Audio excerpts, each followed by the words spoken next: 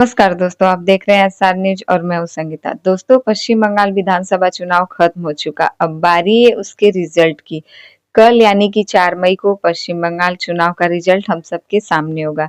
एक प्रकार से देखा जाए तो पश्चिम बंगाल का कल उगता हुआ सूरज सबके लिए कुछ खास होगा। अब देखना यह है कि पश्चिम बंगाल में आखिर होता क्या है। क्या पश्चिम बंगाल में हर बार की तरह इस बार भी खेला होता है या फिर पश्चिम बंगाल में परिवर्तन होता है। पश्चिम बंगाल में कल की सुबह क्या परिवर्तन की सुबह होगी।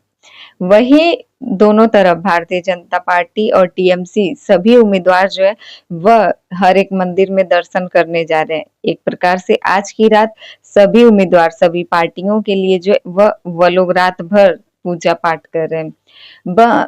महज कुछ ही घंटों के बाद कल यह पता चल जाएगा कि पश्चिम बंगाल में किसकी सरकार बन रही है। क्या पश्चिम बंगाल की जनता ने परिवर्तन के लिए वोट किया है या फिर पश्चिम बंगाल की जनता ने 15 साल से जो कि सत्ता में रही है सीएम ममता बनर्जी, उनको एक बार फिर से मौका दिया गया है। ममता बनर्जी टीएमसी पार्टी को इस बात की घबराहट बहुत तेज है कि कहीं इस बार उनकी सत्ता हाथ से न निकल जाए। भारतीय जनता पार्टी जो कि बार बार यह दावा कर रही है कि पश्चिम बंगाल में भारतीय जनता पार्टी की सरकार बन रही है, पश्चिम बंगाल में कमल खिल रहा है। वहीं ममता बनर्जी की जो बौखलाहट है वह साफ साफ नजर आ रही है। इस पर भारतीय जनता पार्टी भी तंज कस रही है कि ममता बनर्जी अपनी हार को लेकर ज्यादा ही घबरा गई हैं, इसीलिए वैसे ऐसे कदम उठा रही हैं और भारतीय जनता पार्टी पर आरोप लगा रही हैं। वहीं बता दें कि पश्चिम बंगाल में जहां की सबसे ज्यादा हाईलाइट में आने वाला विधानसभा क्षेत्र है, जो कि विधानसभा से ममता बनर्जी चुनाव लड़ती हैं खुद और उनको टक्कर दिए थे शुभेंदु अधिकारी। इस समय भवानीपुर जो है वह सबसे ज्यादा हाईलाइट में चल रहा है और वहां का जो स्ट्रांग रूम है शेखावत मेमोरियल हाई स्कूल में, जो वहां का स्ट्रांग रूम तैयार किया गया है जिसको दोनों पार्टी ने छाप रखा है। जब तक वहां से चुनाव का रिजल्ट सामने नहीं निकल जाता, भारतीय जनता पार्टी और टीएमसी के सभी लोग वहां पर मौजूद हैं। चप्पे चप्पे पर निगरानी रखी जा रही है। हालांकि वहां पर केंद्रीय बल की तैनाती बहुत भारी संख्या में की गई है। वहां कोलकाता पुलिस के भी अधिकारी मौजूद है और केंद्र सरकार की तरफ से भी सुरक्षा का कड़ा इंतजाम किया गया है।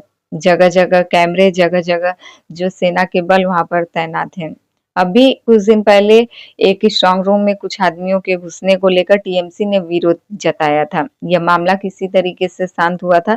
अब जो शेखावत गर्ल्स स्कूल में यह स्ट्रांग रूम तैयार किया गया है जिसको टीएमसी के सभी कार्यकर्ता घेरे हुए हैं, भारतीय जनता पार्टी भी वहां मौजूद है। टीएमसी के कार्यकर्ता एक नजर भी वहां से नहीं हटा रहे ताकि यहाँ पर किसी भी प्रकार की गड़बड़ी की संभावना हो। वह लोग नहीं चाहते कि ईवीएम मशीन के साथ छेड़छाड़ किया जाए। हालांकि कल सुबह से ही चालू हो जाएगा। ईवीएम मशीन के खुलते ही पश्चिम बंगाल का जो है वह सत्ता तय हो जाएगा। कल सुबह उगते हुए सूरज के साथ ही ईवीएम मशीन के खुलने के साथ साथ पश्चिम बंगाल में किसकी सरकार बन रही है, सभी लोग केवल कल का इंतजार कर रहे हैं। वहीं सीएम ममता बनर्जी ने आज अपने कोलकाता के कालीघाट स्थित अपने घर पर एक अहम बैठक की। टीएमसी द्वारा एक रणनीति तैयार की जा रही है कल को लेकर, यानी कि मतगणना के दिन को लेकर। जब कल काउंटिंग होगा उसको लेकर ममता बनर्जी ने कुछ रणनीति तैयार की है जिसमें वह अपने भतीजे अभिषेक बनर्जी, टीएमसी के तमाम सभी नेता कार्यकर्ताओं को लेकर उन्होंने अपने घर पर एक अहम बैठक किया और रणनीति तैयार करने का खास मकसद यह था कि किसी भी प्रकार की कल काउंटिंग में कोई चूक न हो जाए। ना ही वह भारतीय जनता पार्टी की तरफ से होनी चाहिए, ना ही ईवीएम मशीन के साथ छेड़छाड़ होनी चाहिए। ममता बनर्जी ने रणनीति तैयार करते हुए सभी अपने नेता कार्यकर्ताओं को सख्त आदेश दिए कि आप लोग आज से स्ट्रांग रूम के बाहर तैनात रहिए, एक सेकंड के लिए भी वहां से हटिए मत। अगर आपको कुछ जरूरी काम की वजह से हटना भी है तो किसी विश्वसनीय आदमी को वहां पर अपने जगह पर ठहरा कर तभी हटिए। साफ साफ यह इसलिए कहा जा रहा है ताकि किसी भी प्रकार की गड़बड़ी ईवीएम मशीन के साथ काउंटिंग के दिन न हो पाए। और ममता बनर्जी यह भी कहती है कि अगर कल काउंटिंग के दौरान 500 से 700 सीट इस लिमिट के ऊपर जैसे ही पार्टी जाती है, तुरंत इसका विरोध किया जाए। जैसे ही 500-700 के ऊपर अपोजिट पार्टी जाती है काउंटिंग की गिनती में, काउंटिंग के दौरान तुरंत इसका विरोध किया जाए और फिर से काउंटिंग करने के लिए कहा जाए। तो ऐसी-ऐसी कुछ रणनीति है जो कि ममता बनर्जी ने अपने सभी पार्टी के नेता सदस्यों के साथ मिलकर अपने घर पर आम बैठक के दौरान सबको सख्त आदेश दिए और ऐसे बहुत कुछ ममता बनर्जी ने कहा है कल काउंटिंग को लेकर। उन्होंने कहा है कि कल सुबह अगर आपको पहुंचने में देरी होगी तो आप आज रात से ही वहां पहुंच जाइए, आज आप पहले से ही वहां मौजूद रहिए ताकि कल सुबह होते ही वहां पर किसी भी प्रकार की कोई गड़बड़ी न हो। मतलब ममता बनर्जी टीएमसी को ये साफ-साफ डर है कि जरूर भारतीय जनता पार्टी की तरफ से चुनाव आयोग के साथ मिलकर किसी भी प्रकार की धांधली कभी भी हो सकती है, चाहे वो ईवीएम मशीन के साथ हो चाहे कुछ। वहीं एक खबर और निकल कर आ रही है कि आज ही जो भवानीपुर का स्ट्रॉन्ग रूम बनाया गया है शेखावत गर्ल्स हाई स्कूल, वहां पर उसके अंदर टीएमसी के सभी कार्यकर्ताओं का यह कहना है कि एक सफेद रंग की कार उसके अंदर जाती हुई उन्होंने देखी है, जिस पर कि लिखा हुआ था आर्मी और उस पर भारतीय जनता पार्टी का लोगो लगा हुआ था। सभी टीएमसी कारियों ने उसे रोकने की कोशिश की, उसके बावजूद उस कार को अंदर भेजा गया और वहीं इन लोगों का कहना है कि जहां इतनी कड़ी सुरक्षा के बीच जांच होनी चाहिए थी, बिना किसी जांच के उस कार को अंदर जाने दिया गया। अगर उस आर्मी की गाड़ी थी, अगर उसमें आर्मी के जवान थे तो उस गाड़ी की भी जांच होनी चाहिए थी।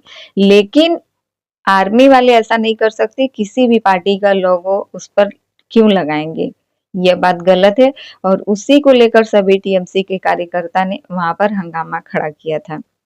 वहां तैनात सभी सुरक्षा के बलों ने कहा कि अंदर कोई भी गाड़ी नहीं गई है, लेकिन टीएमसी के सभी कार्यकर्ताओं का कहना है कि कुछ देर बाद वह कार जो अंदर गई थी सफेद रंग की, वह वापस बाहर आती है। उसका नंबर भी वह लोग बताते हैं 1099। तो आखिरकार उस पर भारतीय जनता पार्टी का लोगो क्यों लगा हुआ था? अगर उस पर आर्मी लिखा हुआ है तो उस गाड़ी की भी जांच होनी चाहिए थी। बिना किसी जांच के उस कार को अंदर क्यों जाने दिया गया? तमाम ऐसे सवाल उठाते हुए फिर से सखावत गर्ल्स स्ट्रॉन्ग रूम के बाहर सभी टीएमसीओ का धरना प्रदर्शन चलता है। वहां पर भारी हंगामा देखने को मिलता है। तो क्या भारतीय जनता पार्टी सच में इस बार ममता बनर्जी को हराने के लिए पूरी ताबड़तोड़ कोशिश कर रही है? क्या सच में भारतीय जनता पार्टी चुनाव आयोग के साथ मिलकर कल कोई खेला करने वाली है? इन सभी को लेकर आपकी क्या राय? आपको क्या लगता है कि कल का उगता हुआ सूरज पश्चिम बंगाल में किसकी सरकार तय करेगा? क्या बंगाल की जनता ने परिवर्तन के लिए वोट किया या फिर ममता बनर्जी फिर से खेला करने वाली हैं? इन सभी को लेकर आपकी क्या राय कमेंट करके ज़रूर बताइएगा। हमारे चैनल पे नए हैं तो प्लीज़ हमारे चैनल को सब्सक्राइब कर दें और वीडियो पसंद आए तो लाइक कमेंट ज़रूर कीजिएगा।